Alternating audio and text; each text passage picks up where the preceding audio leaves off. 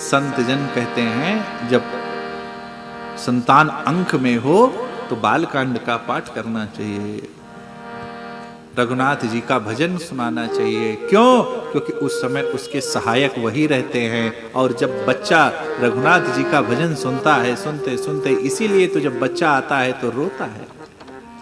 क्यों? क्योंकि जो सहायक होता है वो दिखता नहीं है। लेकिन जैसे जैसे उसको माया मोह संसार की लपेटती रहती है, वैसे ही तुरंत तुरंत वो हंसना शुरू कर देता है और इसमें विलिप्त हो जाता है। क्यों? क्योंकि जब जन्म लेता है तो निर्मल होता है। साधु का कार्य है क्या? जगमंगल। परमार्थ के कारण साधु न धरा शरीर। साधु का कार्य है सिर्फ जगमंगल और कुछ नहीं। जग का मंगल।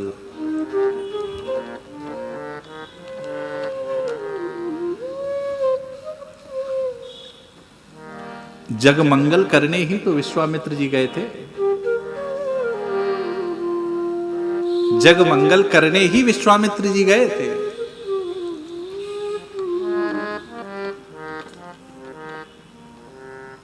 असुर समूह सतावहि मोहि, और मैं जाचन आयो नृप तोहि।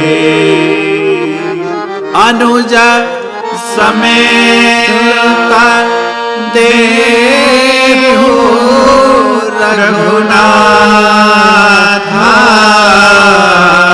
और निश्चर पद मैं होव सनाथ। अनुज समेत देहु रघुनाथ,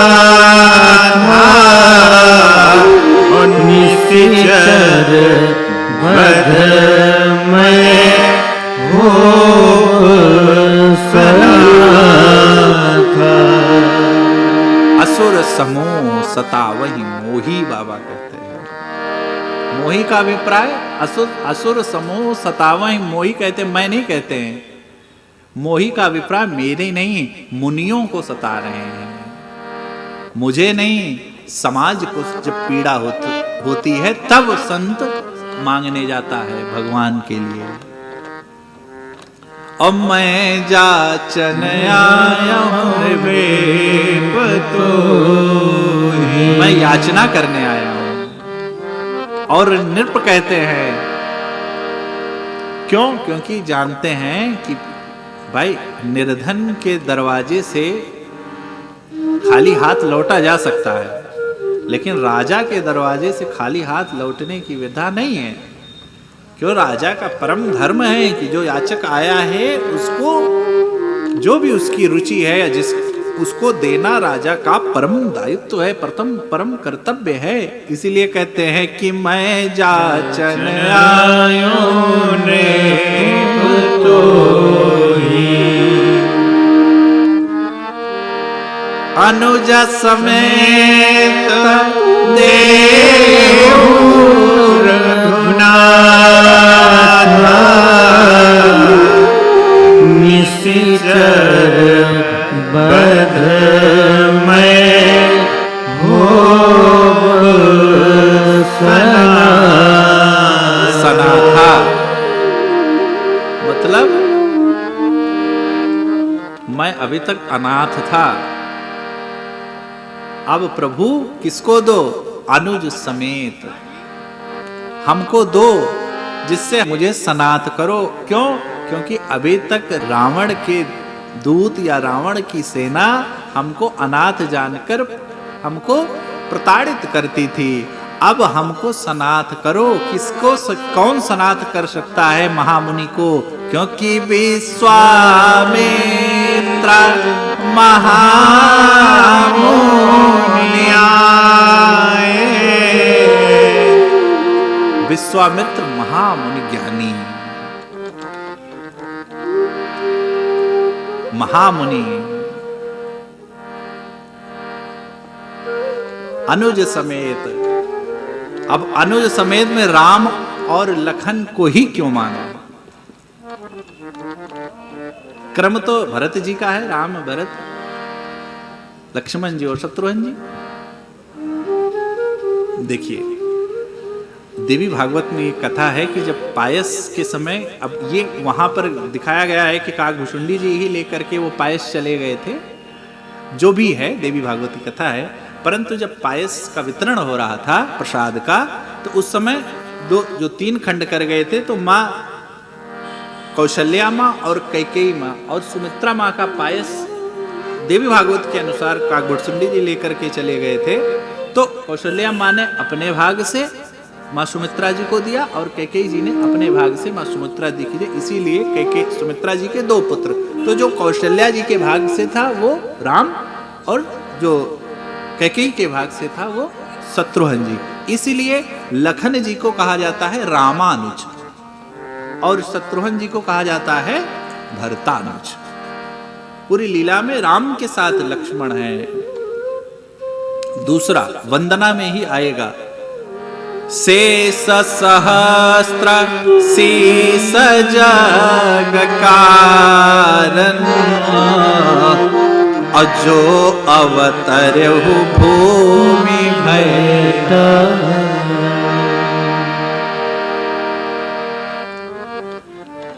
कौन? शेषा अवतार हैं और किस लिए जन्म लिए हैं? भूमि के भार को हरने के लिए। इसलिए लखन जी को साथ में लेकर के गए। एक ही बाण प्राण हर लीना, दीन जानि कहूं निज पद दीन। किसको मारा था? ताड़ का। आगे किसको मारा था? 2 भाई। और रघुनाथ जी के साथ लखन भैया को इसलिए ले गए, क्यों? क्योंकि आगे मुनि महामुनि हैं, वो जानते हैं कि भरत जी तो कुछ बोलेंगे नहीं, शत्रुघ्न जी इतने छोटे हैं, तो आगे जब वहां धनुष भंग में लीला करानी है तो लक्ष्मण जी क्योंकि शेषा अवतार हैं, बहुत देर तक राम जी की वो नहीं सुन सकते, तभी तो वो कहेंगे सुनौ जनक जस अस अनुचित वाणी। आपने जैसा अनुचित कहा है ये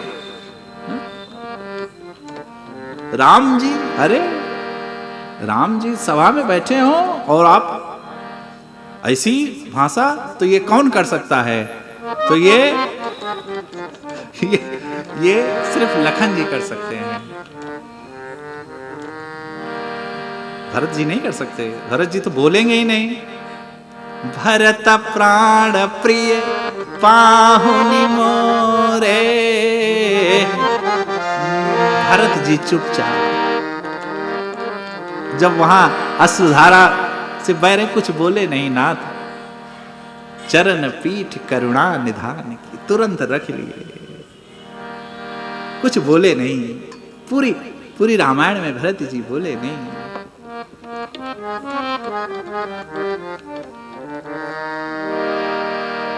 शांत रहते, इसलिए भरत जी को नहीं।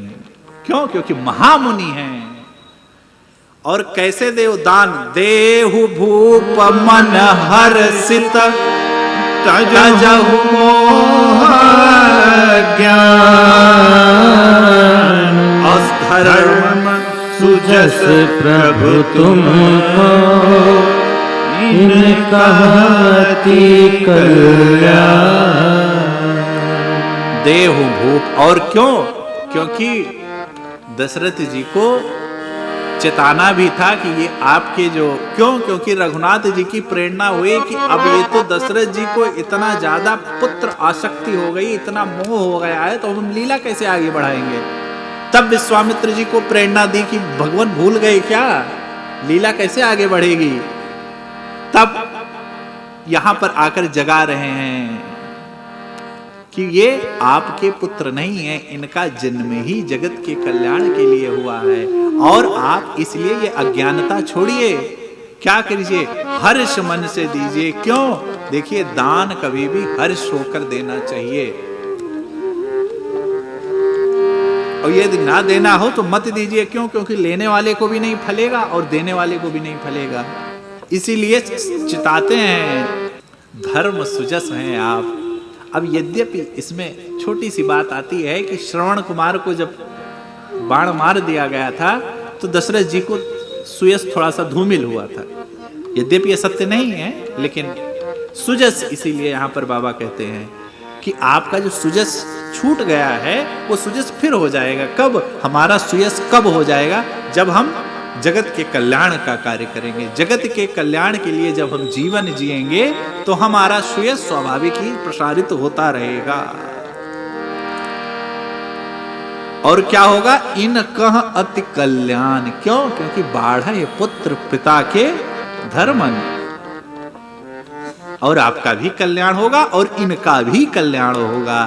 क्यों? क्योंकि संत जगत मंगल के लिए मांगता है, अपने लिए नहीं मांगता है। ये चिता भी रहे हैं महामुनि कि आप चक्रवर्ती राजा हैं और आपका ये परम दायित्व है कि जग का कल्याण हो। और दूसरा,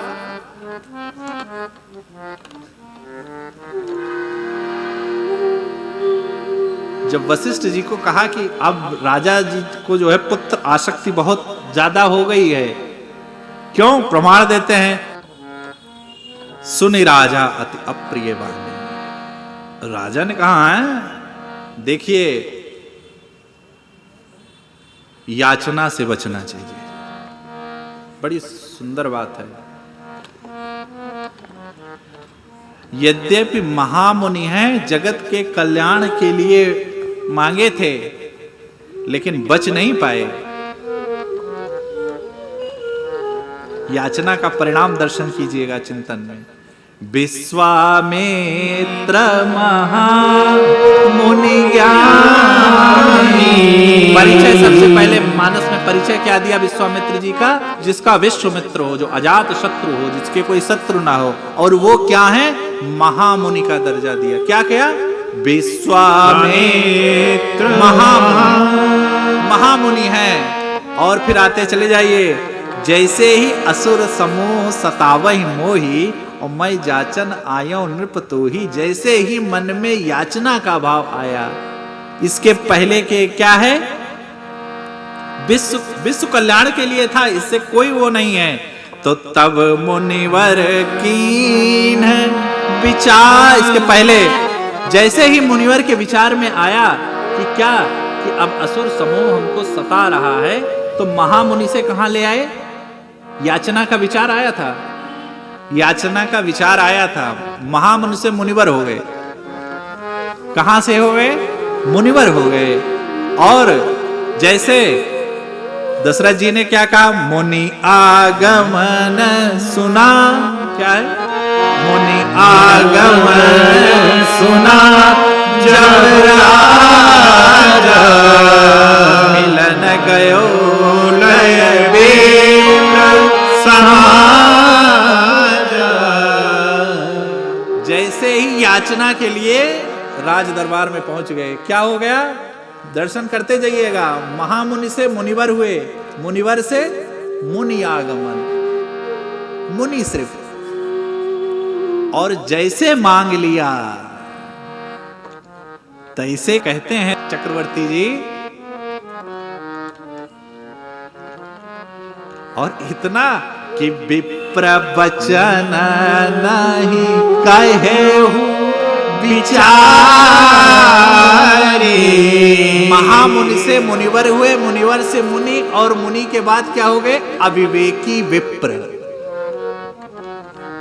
ये याचना का परिणाम है। मुनि, आपने विचार नहीं किया। और किसको कह रहे हैं? महामुनि विश्वामित्र। देखिए याचना का परिणाम क्या हो गया? अविवेकी, अविचार किया आपने। ये क्या कह दिया आपने? अरे अरे, मेरे प्राण ले लीजिए। राजा का सबसे प्रिय होता है भूमि, धन, भूमि हर राजा को प्रिय होती है अपना विस्तार करने के लिए। भूमि ले लीजिए, धन सबको प्रिय होता है, ये ले लीजिए। सर्वस्व दे दूं प्राण, क्यों? क्योंकि मुनिवर जानते थे दशरथ जी सूरवीर हैं, प्राण सूरवीरों को प्राण देने में तनिक देर नहीं लगती, तुरंत ले लीजिए, तत्क्षण ले लीजिए, प्राण ले लीजिए और धन ले लीजिए। मोह नहीं है राजा को, धर्म चक्रवर्ती हैं, चौथेपन है, 60,000 वर्ष की उम्र हो गई है, तब जाकर पुत्र प्राप्त हुआ है, अब क्या मोह। सब सुत प्रिय मोहि प्राण, यद्यपि मुझे सबको सब प्रिय होते ही हैं, परंतु राम तो भैया, राम को कौन दे देगा भैया। राघव को मैं ना दूंगा, मुनिनाथ मरते मरते मेरे प्राण ना रहेंगे, यह बाण सहते सहते। राघव राम देत, राम नहीं दूंगा।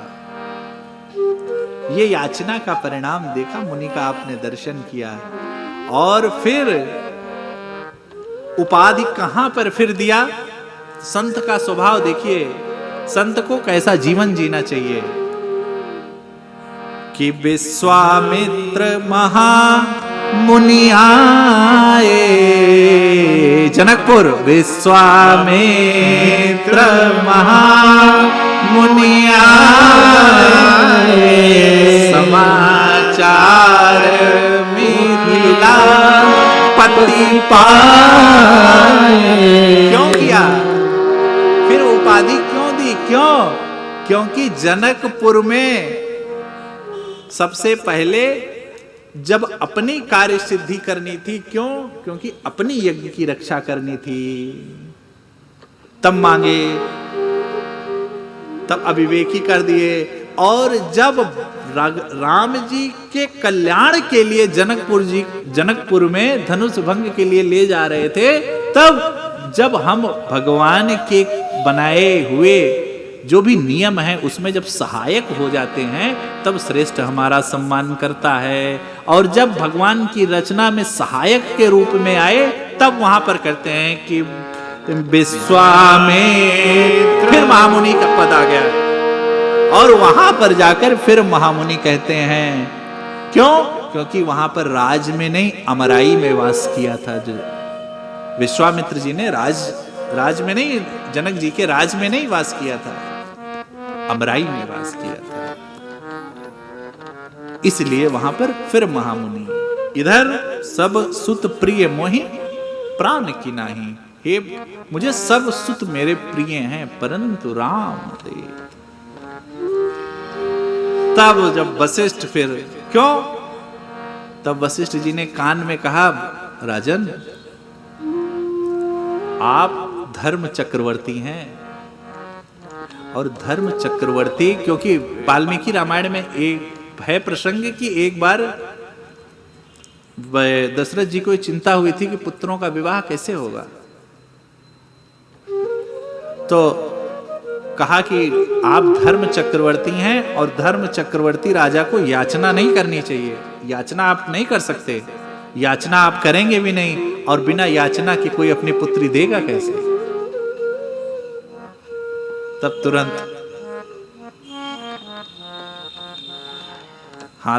विवेक जग गया। क्यों? क्योंकि साधु यही करता है, जब आप सो जाते हैं तो आपके कान में जगा देता है कि जागो जागो जागो जागो।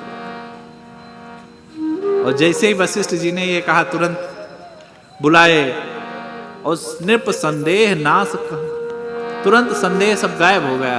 क्यों? क्योंकि अपना स्वार्थ दिखने लगा। और फिर मेरे प्राण नाथ दो सुत दो, ये दोनों मेरे प्राण हैं। और प्राणों को, भगवान को कहाँ रखना चाहिए? जब वशिष्ठ जी ने उपदेश दिया, दशरथ जी को ईश्वरत्व का भाव आ गया था, क्योंकि वशिष्ठ जी ने पूरी कथा बताई कि ये भगवान नहीं, ये है, ईश्वरत्व का भाव आ गया था। लेकिन जैसे ही रघुनाथ जी को देखा, रघुनाथ जी के मुख को देखा, तुरंत दशरथ जी का ईश्वरत्व भाग गया, और फिर तुरंत हृदय लाई बहु भांति सिखाए। कौन किसको सिखा रहे हैं? सो यह पढ़े आचार्य जी। जो पढ़ने जाते हैं उनको सिखा रहे हैं, शिक्षा देने लगे। पुत्र भाव जैसे ही रघुनाथ जी को देखा, तुरंत ईश्वरत्व का भाव, अभी तुरंत का तुरंत ज्ञान दिया था वशिष्ठ जी ने, लेकिन सारा ज्ञान तुरंत उसर हो गया और तुरंत जैसे देखा तैसे तुरंत दौड़ करके दोनों राम और लखन को सब अपने हृदय में लगा लिया। और वास्तव में हृदय में रहना ही चाहिए। राम और भगवान का वास हृदय में ही होना चाहिए। आगे कहते हैं क्यों कि समर्पित कर दिए। साधु को जब हम अपना सब समर्पित कर देते हैं तो साधु सर्व प्रकार से हमारा मंगल ही करता है।